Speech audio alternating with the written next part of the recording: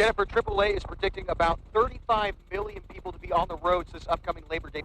Good afternoon, Jennifer. Yes, you can see behind me, traffic is now flowing on State Road 85, but law enforcement is still posted right here at the Comfort Suites here on John Sims Parkway. It's been a somber day here in Okaloosa County, specifically right here at the Okaloosa County Sheriff's Office's headquarters. You can see some flags are being flown at half staff. With around 230 loggerhead turtles here on a working vacation in Panama City, Higgins says this is the largest collection of loggerhead turtles in the world. Tome says some of the work the college has done to help prepare for construction of the flyover include removing their digital marquee, cutting down many trees facing Highway 98, and removing their sign right here at the corner of 98 and 23rd Street.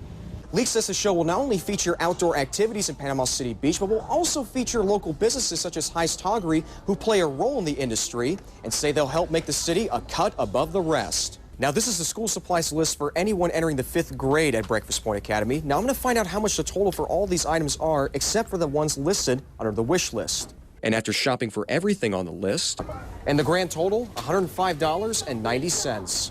And Panama City Police have confirmed that one person is dead here at the St. Andrew Towers in downtown Panama City. As you can still see behind me, Panama City Police are still investigating the scene. FDOT officials say tens of thousands of cars drive through at different times of the day right here on Highway 98 near 23rd Street. Now, Nelson says one of the newest additions to the shooting range is the 300-yard steel challenge, which allows people to bring rifles out to test their shot on steel animal targets that are about 3 football field lengths away. That's something O'Brien says it helps make the shooting range a top shot in the community.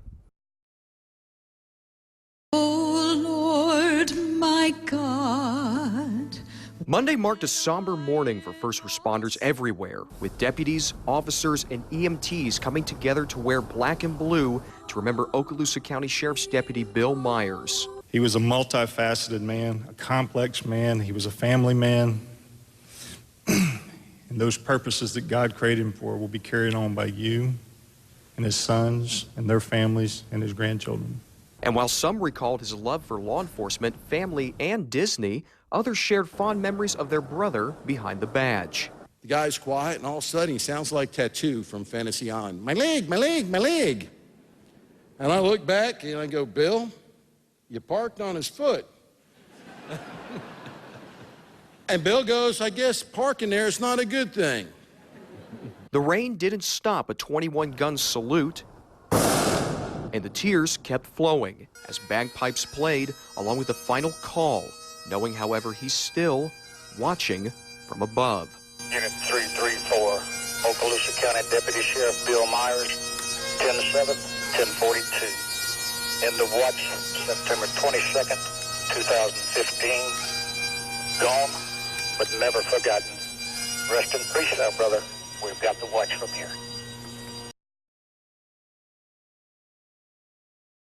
My heart is cut, raising up, but...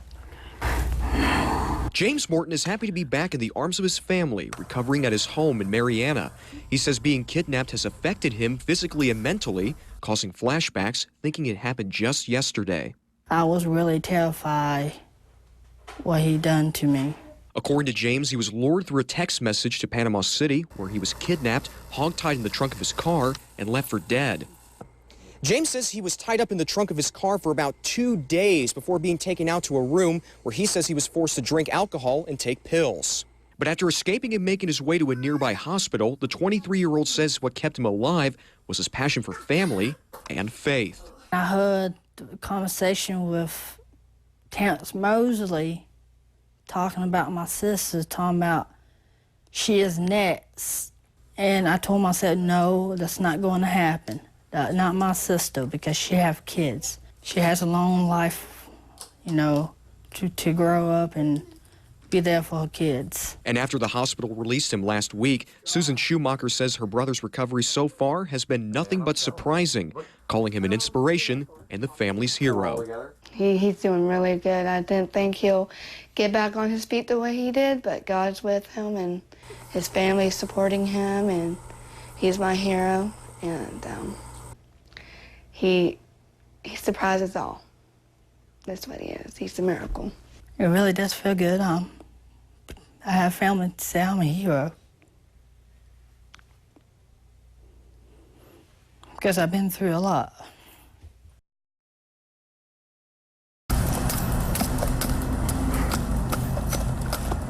It may be National Sea Turtle Week, but for both Ben Higgins and Andrew Krause, it's just another day on the job, working with turtles in both Panama City and Galveston, Texas. Every week is Sea Turtle Week for us in Galveston. We work with sea turtles 365 days a year. For more than 20 years, Higgins and his crew have come to the Panhandle every summer to work with the protected species, preparing them for a more comfortable lifestyle while testing equipment such as turtle excluder devices to help keep them safe out in the wild.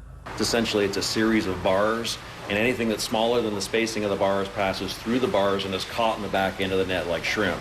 Anything that's larger than the spacing of the bars, like a sea turtle, water pressure directs upwards or downwards to an opening, and they're able to escape, and so they don't drown. With around 230 loggerhead turtles here on a working vacation in Panama City, Higgins says this is the largest collection of loggerhead turtles in the world. And in just about a week, he says they'll release about 200 of them back into the wild.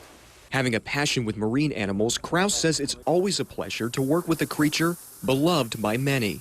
I think it's easy to take it for granted when you do it every day. And then when people come in, tour groups and the public and VIPs, and you realize just how cool the job actually is.